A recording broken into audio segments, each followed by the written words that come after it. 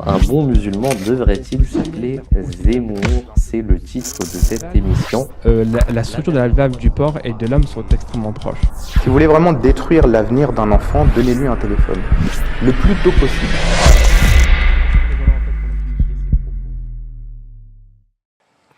A'oudou billahi min shaitanir rajim, bismillahir rahmanir rahim. Très chers téléspectateurs, assalamu alaikum, bienvenue à cette émission que vous connaissez très bien maintenant, c'est l'islam en vrai. Nous sommes dans cette émission avec deux intervenants que vous connaissez maintenant très bien. À ma droite, monsieur Omar Ahmed, salam alaikum. Wa alaykum salam wa rahmatullah. Et nous avons également monsieur Bilal Akbar Saheb, notre très cher missionnaire, salam alaikum. Alors aujourd'hui, on va aborder un sujet très intéressant, c'est est-ce que la religion est contraire aux libertés individuelles? Pour ça, on a d'abord un micro-trottoir qu'on va montrer sur la liberté individuelle vs la religion. On va d'abord regarder ce micro-trottoir et puis on va revenir dans l'émission. À tout de suite. Pensez-vous que la religion respecte véritablement la liberté de ceux qui n'adhèrent pas à ses croyances? Ben absolument pas. Absolument pas. Pour la bonne raison encore. Faut se comment dire, il suffit de regarder les actualités. Ce serait merveilleux, un monde merveilleux si c'était comme ça. Alors, si c'était possible, on s'en accommode de temps à autre, ça fait plaisir, mais manque de chance, je crois que ça pourrait être la religion, ça peut être à la fois merveilleux et terrible. Dis donc, quand on voit ce qui se passe actuellement entre Israël et Palestine, il n'y en a pas un pour racheter l'autre. Pas un.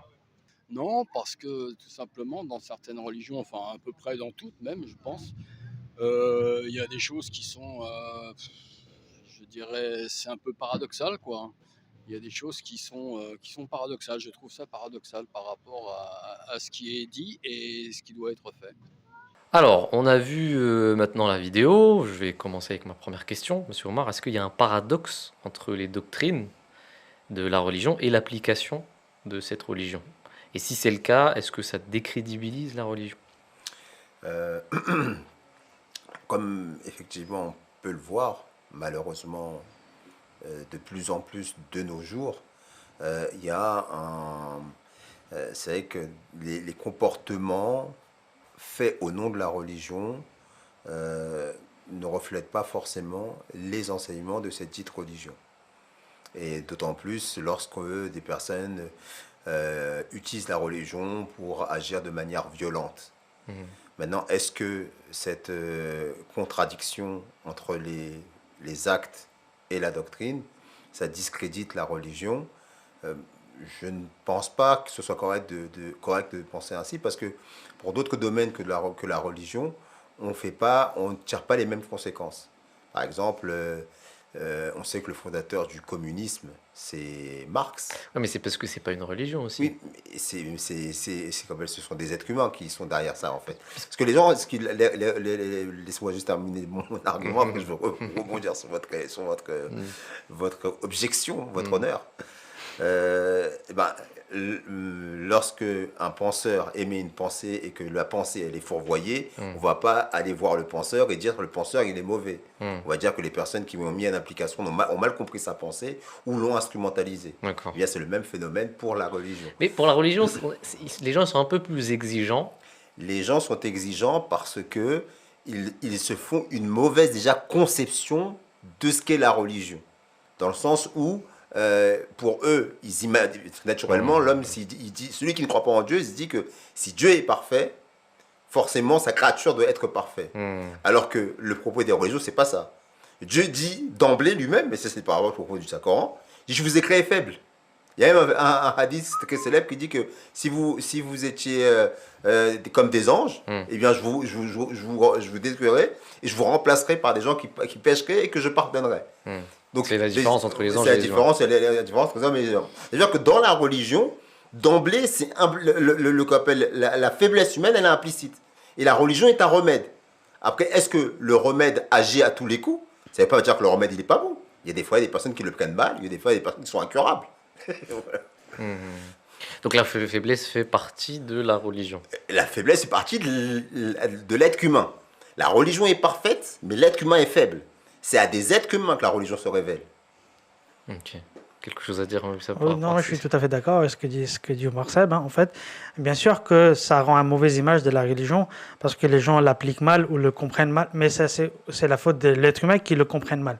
Comme dit un savant, que si vous crachez sur le soleil, le crash ne va pas jusqu'au soleil, ça va retomber sur vous-même. En fait, c'est ça, la religion, c'est en soi, et les enseignements sont parfaits, mais c'est mal compris et à travers lequel l'application est mauvaise aussi. Mais cela ne dit pas que c'est la religion qui est mauvaise. Ok. Et est-ce qu'une personne qui rentre dans une religion, elle a besoin d'être guidée? Oui, certes, parce que comme là, d'ailleurs avec votre première question, ça montre que lorsque les gens, on laisse tout sur les gens, ils le comprennent mal ou ils font des interprétations selon leurs propres vœux. Donc il y a toujours besoin d'une personne qui vient de la part de le Créateur, celui qui a envoyé la religion, afin de guider les gens avec l'aide d'Allah, toujours sur le bon chemin, afin que les gens ne s'égarent pas. Mais admettons qu'une personne, alors je vais donner un exemple simple, hein, une personne qui rentre dans l'islam. On parle aussi du fait que, je crois que c'est le prophète sallallahu alayhi wa sallam qui avait dit qu'à la fin des temps, les imams qui viendront seront corrompus. Et c'est eux qui doivent guider les gens aussi. Donc comment ça se passe là dans ces cas-là? Comment il fait la personne?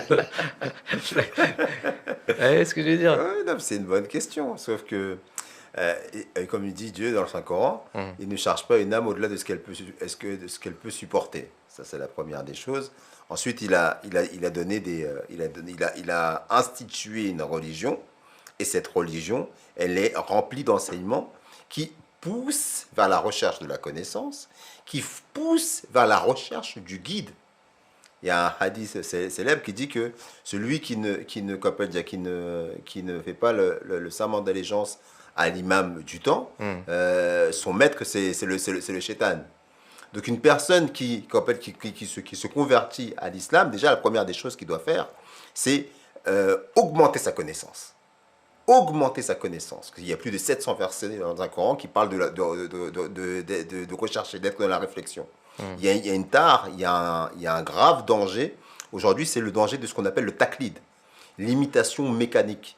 De prendre tout ce qu'on vous donne pour argent comptant sans chercher à comprendre, sans chercher à prier, sans chercher à réfléchir et à prier en même temps pour être guidé. Parce que l'islam, c'est la religion par excellence du juste milieu, la religion du savoir, la recherche de la connaissance. Et une personne qui fait l'effort de se convertir à l'islam, doit être lucide. Par rapport à la question que vous disiez, oui, il y a la doctrine, il y a les hommes. À partir du moment où il y a un Français, je crois que c'est Étienne Diné, je crois, qui s'était converti à l'islam, ça faisait une certaine époque, et il disait, je suis heureux d'avoir connu d'abord l'islam avant les musulmans. Et ça veut tout dire. Ça veut dire qu'une personne, elle peut apprécier une doctrine, mais elle ne doit pas baser sa recherche, sa quête spirituelle sur l'attitude des gens. Parce que l'être humain, il est faible. Et juste pour ajouter à ce que dit Omar Seb, en fait, le saint prophète, sallallahu alayhi wa sallam, il a dit lui-même que l'enfant, lorsqu'il est né sur le fitra. C'est-à-dire dans sa nature de distinguer le bien du mal. L'enfant le sait faire. On sait que les enfants, par exemple, ils ne mentent pas, mais on les apprend à le faire. Donc, en fait, de la même façon, combien de fois on entend des gens que d'abord ils ont devenu musulmans, ils ont accepté une telle différentes confréries des musulmans, mais lorsqu'ils ont entendu parler l'imam, il était en train de dire une chose qu'ils n'ont pas aimé, ils ont continué à rechercher, et après ils ont trouvé un autre groupe qui interprétait ça d'autres façons, et ça, il a aimé. Donc, en fait, il ne faut pas, comme dit Omar Seb, suivre aveuglement. L'être humain, il a dans sa nature qu'il peut distinguer le bien du mal, et lorsqu'il voit quelque chose qui cloche, personne ne l'arrête de faire la recherche. Mais ça, vous qui êtes imam, vous êtes imam. Hein. Oui. Quand une personne rentre dans la religion, qui devient musulman, est-ce que vous avez une procédure?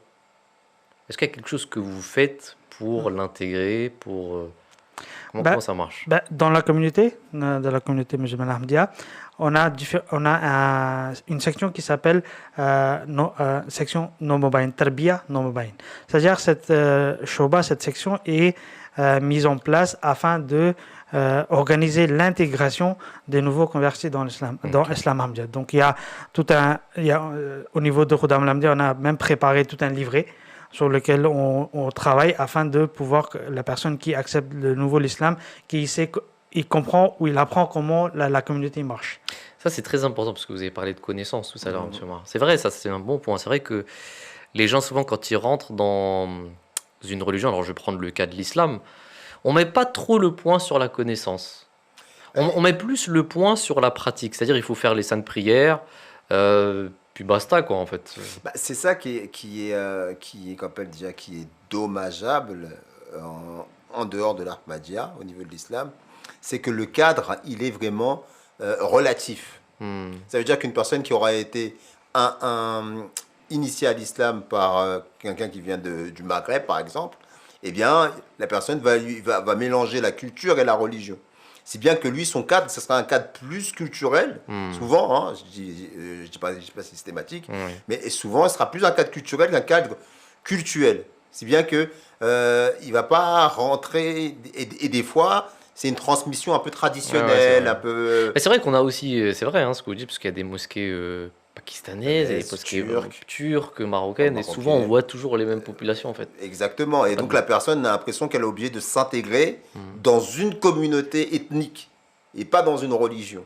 L'avantage avec notre communauté, c'est une communauté éclectique, c'est une communauté cosmopolite, et qui a une unité qui se base sur la foi, puisque c'est l'islam, et c'est revendiqué. C'est-à-dire qu'on a l'imam Mahdi qui a fondé la communauté musulmane Ahmadiyya, il y a ses pieux successeurs qui l'ont succédé, on en est au 5e aujourd'hui, et il y a toute une structure avec un organigramme, avec un amir, avec des présidents par tranche d'âge et par sexe, et il y a des sections éducatives, sections au niveau de la prédication, donc c'est vraiment très structuré, il y a un cadre essentiellement et exclusivement moral et spirituel pour accueillir le nouvel arrivant et lui expliquer déjà par le commencement quelles sont les bases de l'islam, sans passer par un prisme ethnique, mais véritablement moralo-spirituel. Et c'est vraiment ce dont a besoin la société aujourd'hui, parce que ça évite comme ça justement de créer des électrons libres. Parce que souvent, c'est des personnes c'est comme ça que justement arrivent des phénomènes de radicalisation, malheureusement. Quand des personnes s'auto-forment. Parce que vous savez, les médecins, ils disent qu'il n'y a pas plus dangereux que l'automédication. Ouais. Il n'y a pas plus dangereux que l'autoconversion. Hein. Alors aujourd'hui, pour ce qui est de la médecine, là, ça se discute un peu. Mais vous avez raison. Jusqu'à un certain point. Ça se discute jusqu'à un certain point. C'est vrai. Parce que par exemple, regardez, quand je dis l'automédication, l'islam interdit aux malades de jeûner. Et il y a des personnes qui vont se dire, moi, selon ma maladie, je m'estime capable de jeûner. Alors que l'islam demanderait, ok, si tu penses que ta maladie est bénigne, va voir un médecin. Et vois avec ton médecin, sous son autorité, sous son administration, sous son traitement, si effectivement ton cas te permet de jeûner malgré ta maladie. Si ta maladie est compatible avec ça. Parce qu'il y a des maladies effectivement où le jeûne peut participer justement au remède. Et ça, on a besoin d'un médecin. Et bien c'est le même parallèle en fait. Dans la religion, c'est exactement la même chose. Des fois, vous avez combien de jeunes convertis qui tombent entre de mauvaises mains, alors qu'au départ, ils ont une belle intention, ils sont touchés peut-être même par l'écoute du Saint-Coran, et qui tombent vers des personnes mal intentionnées qui ne sont pas intéressées par la spiritualité, mais uniquement par un agenda politique, et vont prendre justement cet agneau, et ils vont en faire un véritable monstre. C'était ça ma prochaine question, en fait. Bon, vous avez répondu. Je me disais, est-ce qu'une personne peut se guider elle-même toute seule? Ça, c'est pas possible, on est d'accord. Je pense que c'est plus... Parce qu'en ce moment, on a beaucoup les réseaux sociaux, quand même. À une époque, on pouvait dire c'était compliqué, parce que bon, il n'y avait pas de les vidéos, il n'y avait pas tout ça. Maintenant, mais c'est le cher Google. Mais moi, c'est le fameux cher Google. Des fois, c'est quand même important. Alors, je vais vous donner mon exemple. Quand moi, je veux apprendre quelque chose, je vais sur YouTube, je regarde des tutos. Je regarde le tuto et au bout d'1 ou 2 jours, je sais à peu près comment ça fonctionne et je fais le travail. Vous voyez ce que je veux dire? Oui. Aujourd'hui, est-ce qu'une personne qui n'est pas proche, on va dire, des communautés religieuses, elle peut suivre des tutos comme ça et s'initier? Mais là, regardez, par exemple, lorsque vous regardez un tuto, ça, parce que vous avez besoin de ça, d'apprendre ça, c'est-à-dire vous avez, comment dire, un empêchement et vous faites la recherche là-dessus. Mais un être humain, en soi, il ne peut pas savoir tous les problèmes qu'il a. Par exemple, une personne, lorsqu'il va chez le médecin, il avait, je sais pas, je prends un exemple, il a juste eu un bouton ici et il dit, ok, je vais le montrer quand même au médecin. Mais derrière tout ça, qu'est-ce qu'il y a? Il ne sait pas. C'est le médecin qui lui dit, après avoir, ou avec sa connaissance ou avec ses... Ça, c'est un bon exemple. Voilà, qui dit, ah non, ça c'est à cause de ça, et je sais pas, il arrive jusqu'au Il y a cancer. des causes sous-jacentes. Voilà, je sais pas quoi. Donc, en fait, bien sûr, on peut, aujourd'hui, avec les réseaux sociaux, apprendre beaucoup de choses, tout à fait. Encore. Là, il y a aussi, vous avez plus différents... Des fois, vous regardez une vidéo pour une chose, mais après, lorsque vous essayez, vous comprenez que c'était faux. C'était pas juste. Bien sûr, Donc, même dans la religion, vous pouvez apprendre, mais là, vous allez quand même juste apprendre ce que vous pensez que vous aviez besoin d'apprendre. Vous ne savez pas tout ce que vous avez encore derrière qui est à apprendre. Donc, effectivement, on a toujours besoin d'un guide. C'est pour ça, d'ailleurs, que le saint prophète, sallallahu alayhi wa sallam, il y a un hadith qu'on apprend toujours depuis l'enfance, que al-muslimo mir'at al-muslimi, qu'un musulman est un miroir pour un musulman. Pourquoi on regarde le miroir? Pour regarder si j'ai un défaut, si mes cheveux sont pas bons, etc. etc. Donc en fait, l'être humain, il a besoin d'un autre, toujours pour lui montrer le miroir. Alors, Mabzab, c'est quoi mes défauts? Je vais pas on n'a pas assez de temps, je pense. Allez, pas mal celle-là. Oh là là, ça c'était bien. C'était bien trouvé ça. Exact. Est-ce que toutes les religions se valent? Non. Non, parce qu'en fait, déjà, il n'y a qu'une seule religion. Selon la perspective islamique. Selon la perspective islamique, il n'y a qu'une seule religion. À brûle pour point, là, comme ça, vous allez dire, mais il est super intolérant, ce gars-là. Alors qu'en réalité, il n'y a pas plus tolérant que l'islam. Parce que l'islam, bien que reconnaissant, et le prouvant aussi, parce que ce n'est pas seulement des paroles creuses, c'est quelque chose qui a été qu'on appelle démontré même en dehors du cadre islamique. D'autres religions, comme donc, notamment la Bible, il a été prouvé que pas mal de versets qui ont été modifiés, mais ce n'est pas le but. C'est juste pour donner un exemple, la Bhagavad Gita, tout plein de livres où on se rend compte qu'il y a des choses qui ont été modifiées. Ou tout du moins, tous ces livres saints, leurs propres suivants reconnaissent qu'ils ne sont pas les mêmes que ceux qui ont été révélés à leur origine. Alors que l'islam, les amis comme les ennemis, reconnaissent que l'intégrité physique du texte a été préservée jusqu'à nos jours. Maintenant, le propos de l'islam, c'est de dire que malgré ces modifications qu'il y a eu dans ces différents livres saints, ces personnes, ces suivants de ces religions-là, si elles suivent la base qu'on peut retrouver, et le Coran le reconnaît, dit qu'il y a une base qui, malgré les modifications, est restée vraie et elle est commune à toutes les religions. Et si cette base elle est mise en pratique par les suivants des autres religions, comme les suivants musulmans, eh bien ces personnes-là, pas de crainte sur eux, ne seront pas éprouvées. Donc le salut n'est pas le monopole de la religion. Mais l'islam dit que dans sa grâce infinie, Allah subhanahu wa ta'ala a fait de l'islam la seule religion qui jouit de cette protection. Si bien que le texte, le corpus physique islamique est resté intègre. Mais là où il y a une similarité avec les autres religions, c'est malgré la préservation physique du texte, les interprétations, elles, ont été victimes. Et c'est d'ailleurs pour cette raison que le Saint-Prophète a dit qu'il y aurait 73 sectes et plusieurs donc, divergences de la manière de comprendre l'islam. Il n'y en aurait qu'une seule qui serait bonne. Vous voyez comment l'islam est juste? Ça veut dire que c'est pas parce que vous avez le texte intégral qui est resté préservé, qui n'a pas été modifié, que pour autant tous les musulmans se distinguent de toutes les autres religions. Le musulman se distingue de toutes les autres religions à partir du moment où il met en application strictement, clairement, textuellement et dans l'esprit ce qu'il y a dans ces textes. Et il ne peut le faire que s'il est guidé par un imam qui est lui guidé par Allah subhanahu wa ta'ala.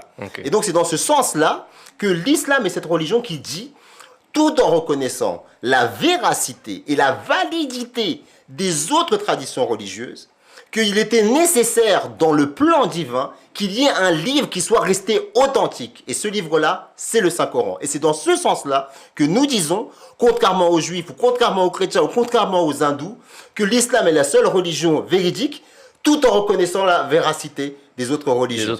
Alors que, et là je termine, c'est très important, alors que pour un hindou, il exclut, je ne parle pas au niveau des êtres humains, je parle au niveau de la doctrine. La doctrine exclut l'identité spirituelle de l'autre. Les juifs excluent l'identité spirituelle de l'autre, les chrétiens, pareillement. Mais parce que dans la vidéo qu'on a vue, toutes les questions que je vous pose, c'est par rapport justement à ce que les gens ont dit. Il y a une chose qui revient souvent, j'ai l'impression que les gens ne s'en rendent pas forcément compte. Ils se disent qu'il y a du bien dans toutes les religions. Donc, est-ce qu'on peut prendre des parties de religion et bricoler ça pour notre foi, en fait? Est-ce que c'est possible de faire ça? Mais en fait, ça a déjà été fait à travers l'islam. Comme a dit Omar Saeb, en fait, l'islam reconnaît que chaque religion avait des bonnes bases, mais qui ont été modifiées plus tard avec le passé du temps. Donc, l'islam a regroupé toutes ces bonnes choses en islam même, et a dit que voilà, ça c'est les bonnes choses de toutes les religions, et le restant, c'est mauvais. En fait, c'est Dieu qui a fait le travail pour nous. Voilà, le travail a été facilité à travers l'islam.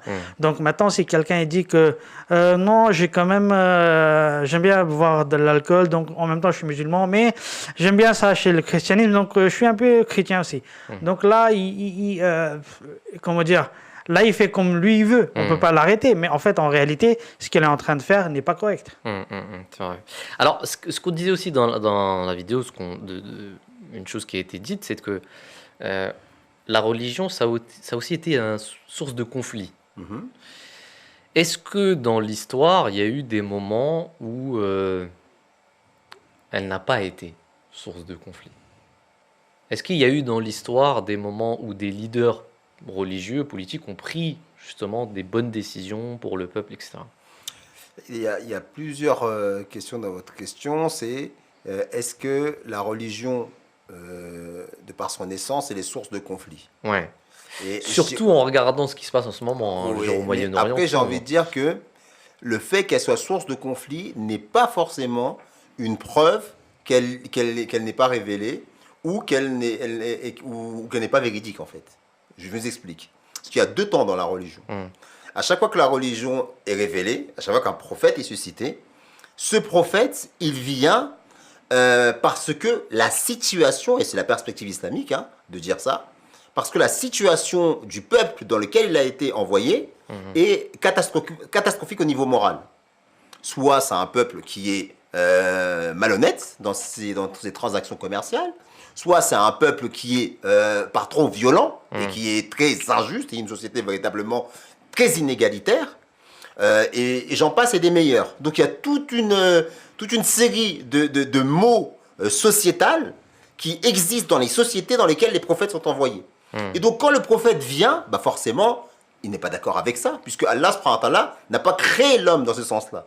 Et il vient envoyer l'être comme le prophète pour rappeler aux hommes, attention, vous n'avez pas été créés pour vous conduire comme des bêtes sauvages et pour que la loi du plus fort règne en maître. Non, il y a des lois que je révèle à ce prophète que vous devez appliquer de manière à pouvoir vivre en harmonie, en paix. Et cette paix, cette harmonie, vous la trouverez à partir du moment où vous reviendrez vers moi. Et c'est le rôle du prophète que d'enseigner ce message-là. Mais à partir du moment où l'ordre établi profite à une minorité, cette minorité, elle va s'opposer bec et ongle au prophète de Dieu. Et donc, il va y avoir un conflit. Il va y avoir un conflit au nom de quoi? Au nom de la justice. Et c'est vraiment au nom de la justice parce que le prophète n'a rien à gagner dans tout ça. Le prophète, il vient, il n'a pas d'armée. Le prophète, il vient, il n'a pas de richesse. Le prophète, il vient, il n'a pas d'appui dans la société. La plupart des personnes et tous les prophètes, ça a été toujours comme ça, la plupart des personnes qui l'acceptent au début sont les gens les plus faibles de la société. Et donc, ce personnage-là, il est raillé, il est moqué. Et souvent, on essaye de le tuer parce qu'il vient changer l'ordre établi. Et comme son message, il est pacifique, en plus, il est révolutionnaire, donc il attire de plus en plus à lui, justement, les personnes opprimées. Et c'est pour cette raison-là qu'on lui fait la guerre. Mais une fois que ce prophète finit son message, une fois que sa mission a été accomplie, que ce soit de son vivant ou après sa mort, que les gens ont fini par accepter la véracité de ce prophète et mettre en application ses enseignements, eh bien la société commence à se développer, elle commence à s'harmoniser, mais plus tard, plus on s'éloigne de l'époque du prophète, eh bien là, les personnes qui sont les héritiers des prophètes vont commencer à instrumentaliser cette religion-là. Et quand ils vont commencer à instrumentaliser cette religion-là, eh bien, à ce moment-là, au nom de la religion, vous commencez à commettre des crimes. C'est ce qu'on voit de plus en plus. Exactement. À commettre des crimes parce qu'ils ont oublié leur religion. D'accord. Ça, c'est la théorie, et l'islam l'a démontré aussi en réalité. Par exemple, lorsque le saint prophète sallallahu alayhi wa sallam a immigré de la Mecque vers Médine, lorsqu'il est venu à Médine, il n'y avait pas seulement des musulmans. Il y avait des non-musulmans, il y avait des idolâtres, il y avait des juifs qui y habitaient. Et lorsque le saint prophète sallallahu alayhi wa sallam il est arrivé, la première chose qu'il a fait, c'est d'écrire une pacte avec toutes les personnes qui étaient présentes là-bas, que voilà, maintenant on vit comme une société, donc on va établir des lois. Et donc, les juifs qui étaient là-bas, il n'a pas dit que vous serez jugés par rapport à l'islam. Il a dit non, l'islam montre la tolérance et l'islam autorise que vous soyez jugés par rapport à l'enseignement que vous voulez. Et effectivement, les juifs, ils ont choisi d'être jugés par rapport à la Torah. Donc effectivement, lorsque le saint prophète sallallahu alayhi wa sallam est arrivé, il a mis en place ce système-là qui montre que effectivement la religion, l'islam surtout, est tolérant et ils peuvent établir une société dans laquelle tout le monde peut vivre ensemble. D'accord. Et regardez, un autre exemple pour elle, c'est bien des exemples historiques, c'est bien ce qu'a fait Mourab Sab, ça me fait penser à une chose, c'est que, regardez, le saint prophète Mohammed sallallahu quand il est venu à la Mecque, qu'il a remporté la victoire sur ceux qui ont essayé de le tuer par tous les moyens, et un de ses plus grands ennemis, c'était Ikrama ibn Abu Jahal. Lorsqu'il s'est enfui parce qu'il avait peur de se faire exécuter par le saint prophète sallallahu alayhi wa sallam, après avoir intercédé auprès du saint prophète sallallahu alayhi wa sallam, sa femme a été le voir et lui a dit de revenir. Quand il est revenu, le saint prophète lui a pardonné. Il a dit, pourtant je n'accepte pas votre religion. Et le saint prophète sallallahu alayhi wa sallam dit, ce n'est pas grave, tu peux rester comme tu es. Bon, finalement il a accepté, mais il n'a pas forcé à changer. Ça c'est incroyable, c'est important à dire ça. Et pourtant maintenant, aujourd'hui... Alors, il est vrai qu'après, il est devenu quand même musulman. Oui, il est devenu. Mais ce n'était pas une condition. C'était pas une condition. Alors qu'aujourd'hui, et je prendrai un autre exemple, parce que celui-ci, il n'est pas trop parlant par rapport à ce qui se passe aujourd'hui. Mais maintenant, pour comparer ce qui est comparable. À une époque, le saint prophète Mohammed les chrétiens, il leur a promis, il a laissé une charte dans laquelle il était interdit de détruire leur église et même leur apporter de l'aide dans la réparation de leurs églises. Il y a quelques années de cela, vous allez en Afghanistan, ils ont détruit les statuettes bouddhistes. Ils ont détruit les statuettes bouddhistes. Donc là, vous voyez, d'un côté, vous avez, lorsque la religion est appliquée par le fondateur de la religion, et vous avez vu que là, on ne fait pas de favoritisme, on parle de ce qu'on connaît de notre religion, on est musulmans. Quand le fondateur de l'islam était présent, il défendait les droits des minorités religieuses non musulmanes, alors que à notre époque, dans notre ère, vous avez nombre d'exemples où chrétiens ou bouddhistes qui sont en minorité ou hindous qui sont en minorité dans les sociétés musulmanes, eh bien, se font persécuter. Exactement. Alors, on parle de liberté individuelle, et ça c'est une chose importante. Je pense que dans le monde occidental aujourd'hui où on est, pourquoi les gens n'aiment pas trop la religion, c'est aussi parce qu'ils pensent que la religion, elle est contraire à la liberté individuelle. Donc on a l'impression que la religion, si on rentre dedans, il faudra se conduire d'une certaine manière, tout le monde va se conduire de la même manière. Et donc, est-ce que c'est contraire à la liberté individuelle ? Au contraire, regardez, même, par exemple, si on prend l'exemple de la France. On vit en France, mais on ne vit pas comme on veut. Il y a des lois de la République que tout le monde et chacun doit respecter afin de vivre ensemble. Parce que pour vivre ensemble, l'être humain, il a toujours besoin de savoir les limites lesquelles il ne peut pas dépasser. Et là, l'islam, pareil, la religion, pareil, il donne la liberté de chacun. Il peut faire comme il veut, tant qu'il n'est pas en train de dépasser les limites. Sous les cadres de la loi. Voilà. Donc là, par exemple, souvent on mentionne le verset 257 de Surat al-Baqarah, La ikraha fi din. Il n'y a pas de contrainte en matière de la religion. Vous pouvez faire comme vous voulez, vous pouvez penser comme vous voulez, vous pouvez, peu importe ce que vous voulez faire, vous pouvez faire. Certes, vous aurez des comptes à rendre, mais pas à nous, pas aux gens, mais au Allah, mais en restant sur ce monde, vous pouvez faire comme vous voulez. Donc cela montre que l'islam, il donne des limites, il met des lignes, voilà, ça c'est votre cadre de chacun. Pour bien vivre ensemble, il faut respecter. Si vous ne respectez pas, vous verrez les résultats.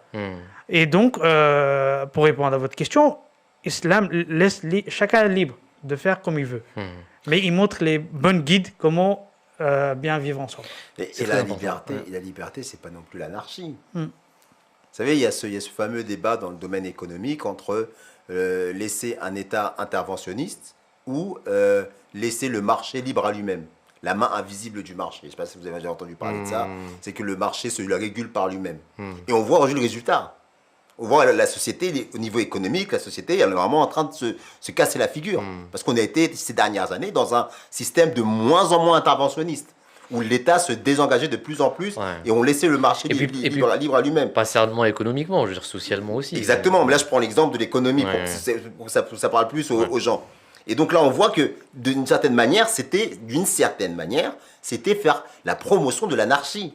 Alors que lorsque vous aviez par exemple les 30 Glorieuses, où là vous aviez, après la Seconde Guerre mondiale, là, le fameux État-providence, avec l'État qui était toujours au sommet, là, et qui se gardait certaines industries stratégiques. On appelait ça les bijoux de famille. Eh bien, on voyait que il y avait une stabilité dans la société. Eh bien, c'est la même chose avec l'islam. L'islam promeut la liberté, mais une liberté qui soit encadrée. Parce que comment vous pouvez être conforme à l'adage qui dit « Ma liberté s'arrête là où elle commence à empiétiner sur la liberté d'autrui ». Comment vous pouvez arriver à respecter cet adage-là si vous n'avez pas une instance qui soit au-dessus, qui supervise tout ça? Eh bien, c'est le propos de l'islam, c'est le propos de la religion islamique. Et je dirais à ce niveau-là que c'est vraiment ce qui manque aujourd'hui au monde musulman. Les musulmans, en dehors de la communauté musulmane ahmadiyya, se targuent de dire en islam, il n'y a pas de clergé, on est libre de faire comme on veut et tout. Mais on voit quel est le problème du monde musulman aujourd'hui sans tête. Nous, la communauté musulmane ahmadiyya, on revendique l'existence d'un calife depuis maintenant plus de 100 ans, qui lui, justement, gère une communauté et qui permet à cette communauté de vraiment bénéficier de la liberté octroyée par l'islam. Parce qu'il est guidé, il met un cadre.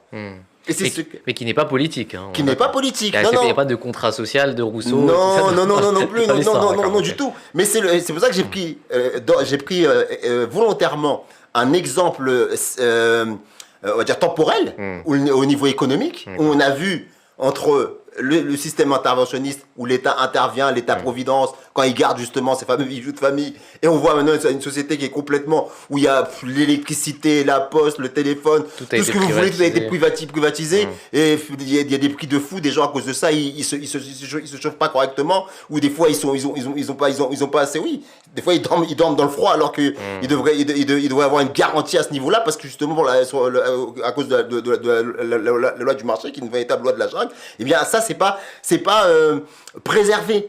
Eh bien, c'est la même chose au niveau spirituel. Alors, ça nous amène à la liberté de conscience. Et pour ça, on va regarder une vidéo. D'abord, on va regarder un micro-trottoir sur la question. On est parti poser des questions et on va revenir tout de suite après. Pensez-vous que la religion considère la liberté de conscience comme une menace? Non, je n'irai pas jusque-là, non. Vous trouvez qu'on encourage les gens à penser par eux-mêmes, à réfléchir aussi? Je pense que quand même, oui. Enfin, elle n'encourage pas, mais en tout cas, elle n'entrave pas la liberté de conscience. Okay. Quand on voit ce qui se passe en Iran avec les femmes, ouais. Pas du tout. En fait, la religion, elle va pas contrôler l'humain, mais de par... quand même, si, il y a certaines religions, ou dans toutes les religions, mais elle va contrôler l'humain, justement, pour ne pas... Il y a le bien, il y a le mal, et dans la religion, on va plus retrouver le bien. ce qui permet aussi de ne pas faire de mal à autrui. Mais ça, c'est une grande question. Hein, c'est une grande question. Sarah, qu'est-ce que tu en penses? Parce que ça dépend de comment on apprend la question. En fait. Finalement, c'est vous deux. Mais ça dépend de comment on prend la question. Parce qu'on peut la prendre aussi sur le côté où certaines personnes qui ne pensent pas comme nous sur une certaine religion, comment ils vont la mener, cette pensée. Que nous, on va penser que cette religion, elle nous fait du bien. D'autres personnes qui ne vont pas être en accord avec cette religion. C'est un long débat après. Ça dépend comment on la prend, cette question. Nous, on peut dire que oui, elle fait du bien, parce que nous, on sait ce qu'on en fait avec, on sait comment on prend la religion. Mais d'autres personnes qui ne vont pas accepter, qui ne vont pas être dans cette religion, dans ce délire-là, ça va être mal tourné. Ça va être, souvent, c'est dû aussi à la médiatisation, ça va être à la peur, ça va être dû à tout ça. Donc les gens, ils vont... comment expliquer c'est le débat de toute une vie et de la société en France maintenant. Hein. La grande question, la religion, et puis on sait souvent ce qui est pointé. Donc, de toute façon, ça encore, c'est un sujet un petit peu délicat.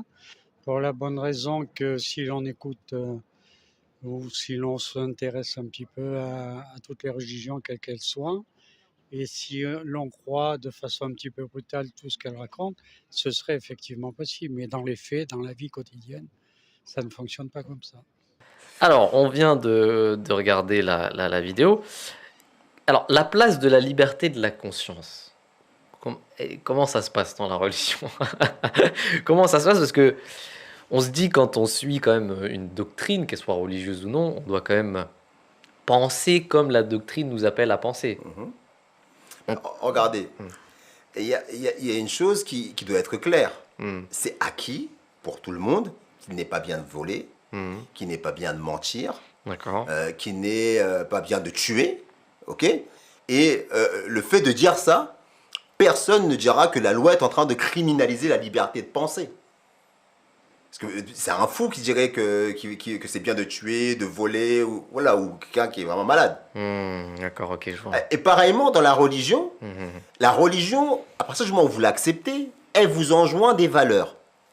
Dès lors que ces valeurs, elles ont trait à la morale, de ce que vous trouvez moral selon le prisme de votre religion, vous n'avez pas le droit, en tant qu'entité tierce, d'avoir un jugement de valeur sur vos valeurs à vous.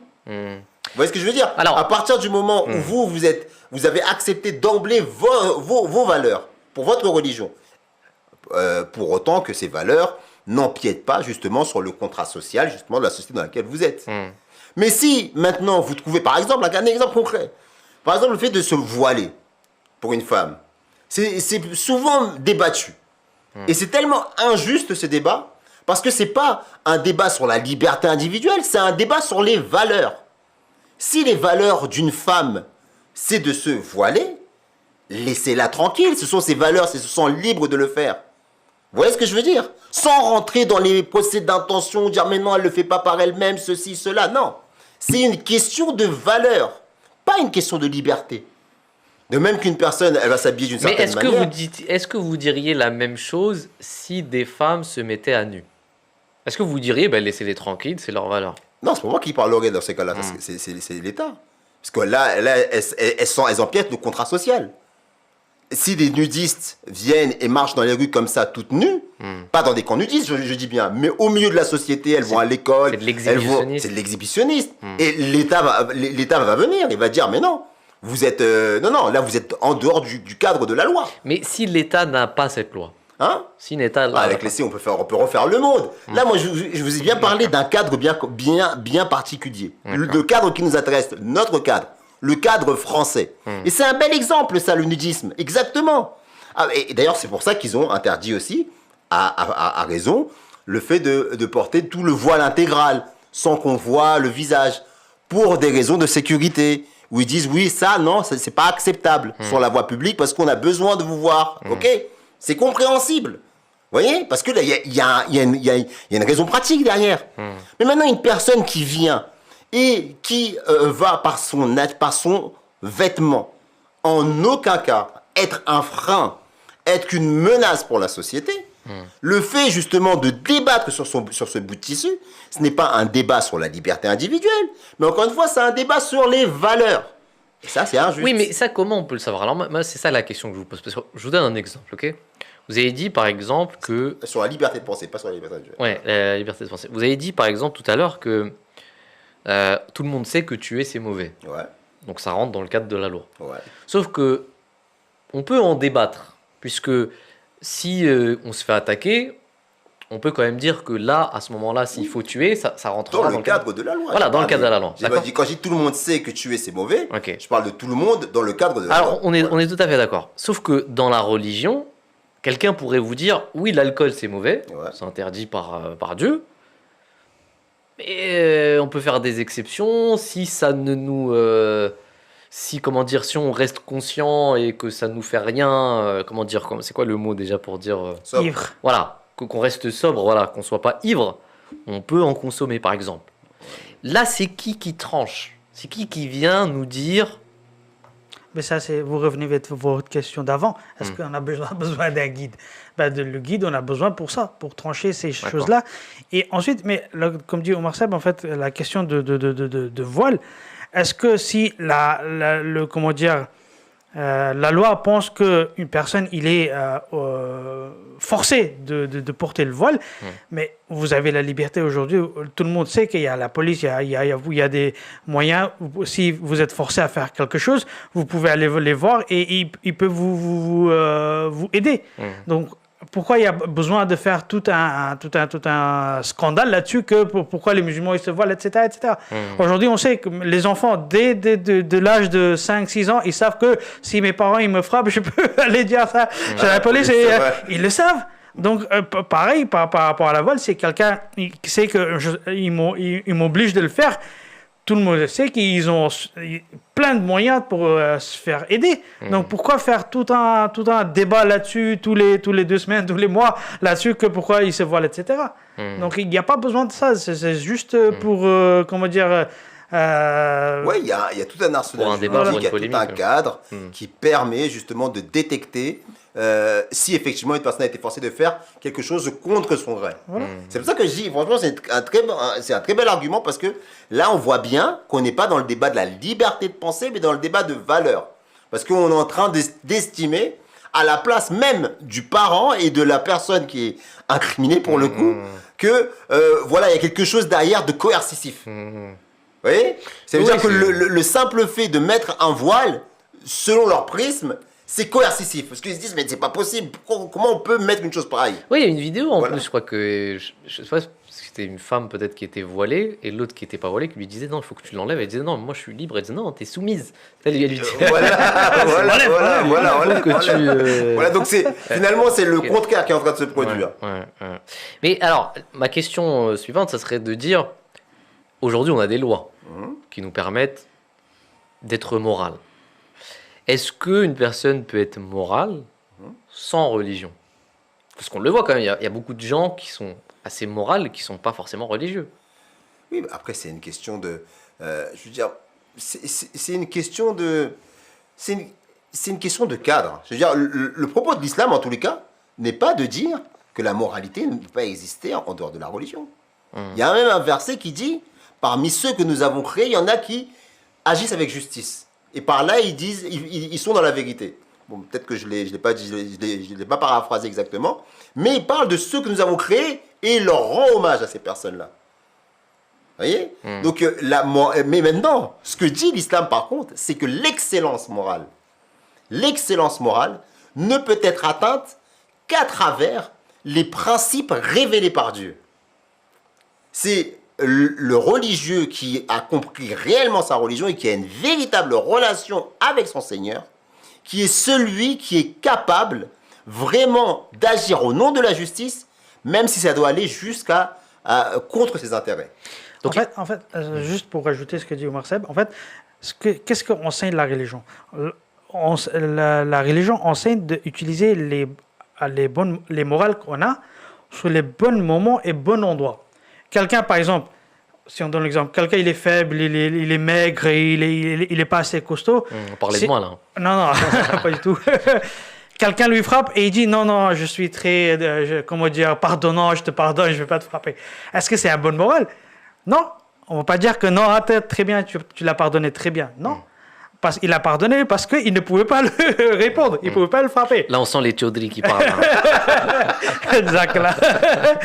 En fait, l'islam, il enseigne ça. Il dit non, il faut pardonner lorsque de pardonner est bien, et il faut riposter lorsque c'est plus en avantage de riposter. Donc en fait, c'est la religion qui enseigne ces choses-là, que lorsqu'on voit ça dans le monde, par exemple, des fois les gens ils sont très gentils, mais lorsque le cadre ou l'environnement change, ou la situation change, ils se changent complètement. Totalement, hein, bien sûr. Ils ne sont pas les mêmes. Voilà, ils ne sont pas les mêmes. En plus de ça, il y a une chose, c'est que les gens aussi oublient.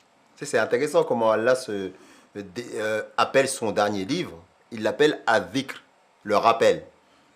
Parce que les gens croient que toute cette moralité qui existe, notamment dans la société occidentale, c'est quelque chose qui vient du progrès naturel de l'être humain.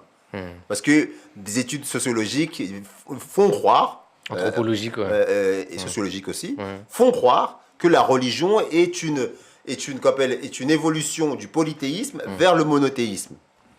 Et qu'en fait, finalement, tout ça est une invention humaine. Bien sûr. Et ils attribuent justement les qualités morales au progrès de l'homme. Alors qu'une étude, même superficielle, de l'histoire, mais là je ne parle même pas de l'histoire même musulmane, je parle de l'histoire chrétienne. Ce qui a donné les valeurs de noblesse, les lettres de noblesse à la civilisation romaine, c'est le christianisme. C'est les valeurs chrétiennes.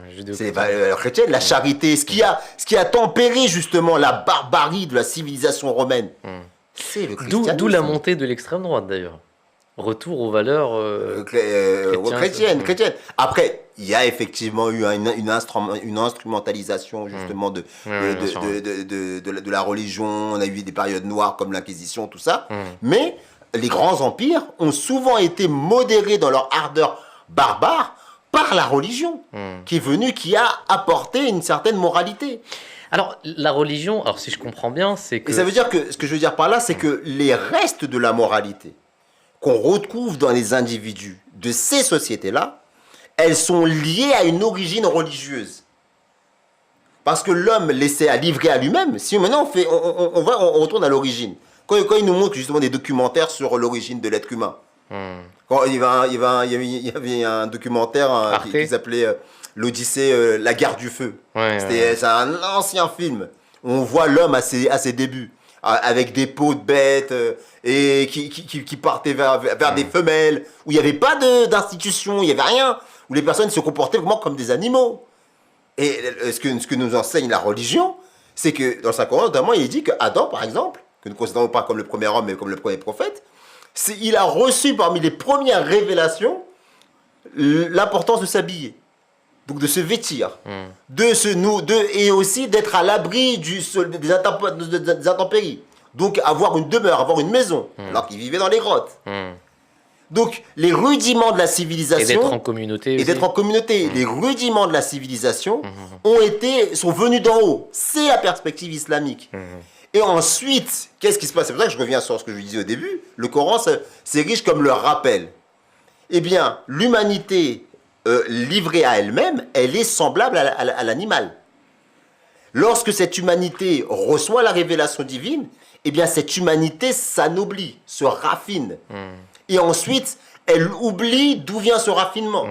Et quand elle a oublié ce raffinement, la religion revient.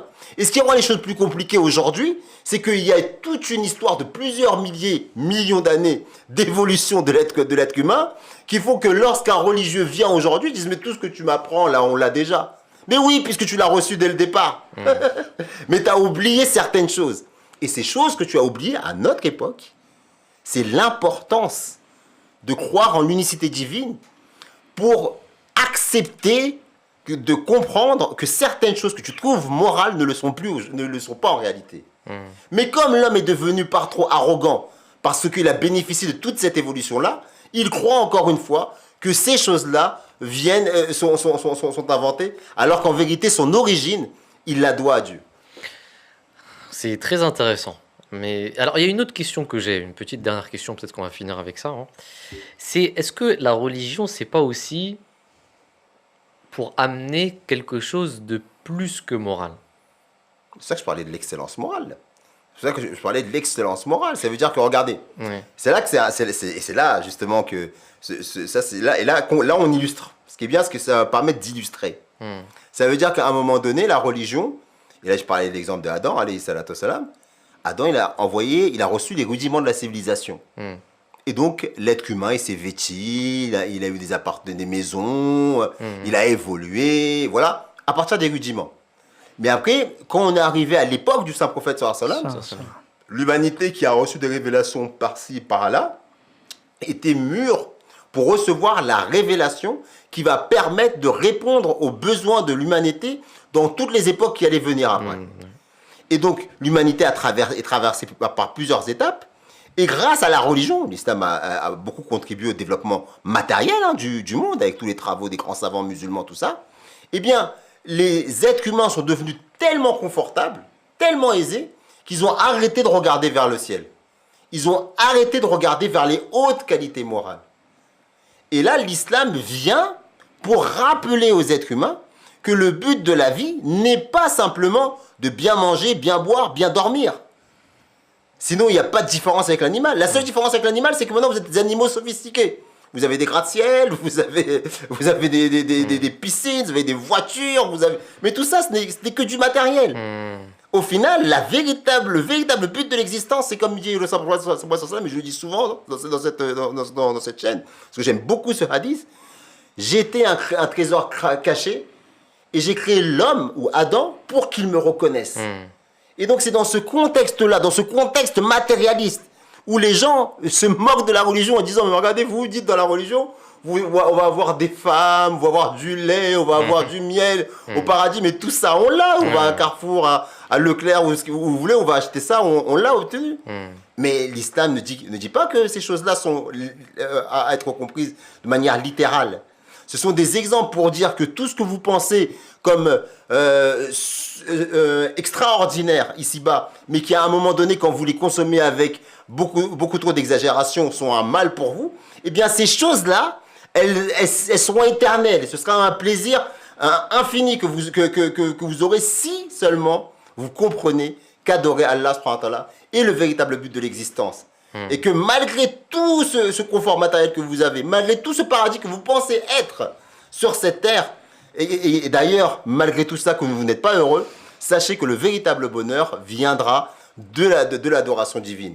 Et c'est pour ça que l'islam est la religion la plus adaptée à notre époque. Parce qu'on a l'impression que la moralité d'aujourd'hui, elle se limite beaucoup au public. Mais quand on est caché, là, elle peut être différente, quoi. Et on prend souvent cet exemple que je trouve intéressant, c'est que si demain la société s'effondre, qu'il n'y a plus aucune loi, les personnes dignes de confiance, ça sera les religieux. Parce que ils n'ont pas besoin de loi pour être des personnes morales, en fait. Oui, bah c'est exact. Vous savez, c'est le but. Quel est le but de la vie? Effectivement. Parce que finalement, tant qu'il y a un cadre, les gens sont motivés à travailler dans ce cadre. Voilà, exactement. Et là, on le voit par exemple avec toutes les révoltes sociales qu'il y a de plus en plus ces derniers temps. Elles se sont multipliées en Occident, je parle. Dans les autres pays, c'était toujours le cas parce qu'il n'y avait pas une stabilité économique comme en Occident. Mais maintenant, en Occident, ça se multiplie parce que la stabilité économique est partie. Il n'y a plus de stabilité économique. Ce qui maintenait l'ordre social, ce qui maintient l'ordre social, parce que par grâce là, il est toujours là. Pour combien de temps, on ne sait pas, mais en tous les cas, il est encore maintenu. Ce qui maintient l'ordre social en Occident et dans le monde en règle générale, c'est l'ordre économique. C'est tant que les gens ont à manger, ils n'ouvrent pas leur bouche. Ils vont faire métro, dodo, boulot, il n'y a pas de problème. Mais à partir du moment où les gens commencent à avoir faim, ben là, ça crée des problèmes. Maintenant, vous prenez, pour illustrer encore ce qu'on dit concernant l'islam, prenez l'exemple de la vie du saint prophète, lorsqu'il était à Médine, ou même à l'époque de ses plus califes, il y avait des moments où c'était véritablement la famine. C'était véritablement la famine. On rapporte qu'à l'époque de Hazrat Omar Farouk, il y avait une époque de famine. Et tellement que le calife lui-même, il ressentait cette famine. Et c'est parce que lui, il la ressentait, alors qu'il avait la possibilité, du haut de son poste de calife, de ne pas ressentir cette famine. Parce qu'il avait les caisses de l'État, il avait l'argent, il pouvait subvenir à ses besoins, à ses propres besoins. Mais lui, au nom justement de la perspective islamique, au nom de la justice islamique, qui veut que je suis le chef de la cité, et je dois montrer l'exemple. Si mon peuple souffre, je vais partager leur souffrance. Parce que si je ne partage pas leur souffrance, comment je vais pouvoir être soucieux de leurs besoins? Et donc cet exemple de compassion du plus haut niveau de l'État a contribué à garder stable une société qui pourtant était au bord de la famine. Il n'y avait pas de révolte, il n'y avait pas de rébellion contre l'État. Et qu'est-ce qui a permis justement à la société de passer, de sortir de cette crise? C'est la résilience, l'esprit de justice du plus haut niveau de l'État. Et une foi et absolue. La prière. Okay. Une foi absolue. Donc là, on a bien un exemple concret des effets de la foi. Bien sûr, ouais. Ouais, c'est très intéressant. Jazakallah en tout cas, merci. Et en plus, je tiens aussi à dire que cet exemple-là, c'est un exemple qui a eu lieu dans ce qu'on appelle l'âge d'or islamique. L'âge d'or islamique n'est pas le temps des rois qui se faisaient appeler califes, ou la richesse coulait à flot, où il y avait des mosquées faites en marbre, où il y avait de la richesse qui venait de toutes les parties de l'Empire. Non, l'âge d'or, c'est encore une fois cette époque bénie où la mosquée du Saint-Prophète, elle était mouillée lorsqu'il pleuvait. Jazakallah, merci beaucoup, monsieur Mar. C'était vraiment intéressant. Jazakallah, Bilal Saheb. Merci encore une fois à nos téléspectateurs en train de nous regarder. Si vous avez des questions, évidemment, vous pouvez envoyer vos questions dans les commentaires. Et suivez-nous, continuez à nous suivre, partagez les émissions, c'est très important. On se retrouve, Inch'Allah, pour une nouvelle émission. Jazakallah, à une prochaine fois. Assalamu alaikum. Wa alaikum salam.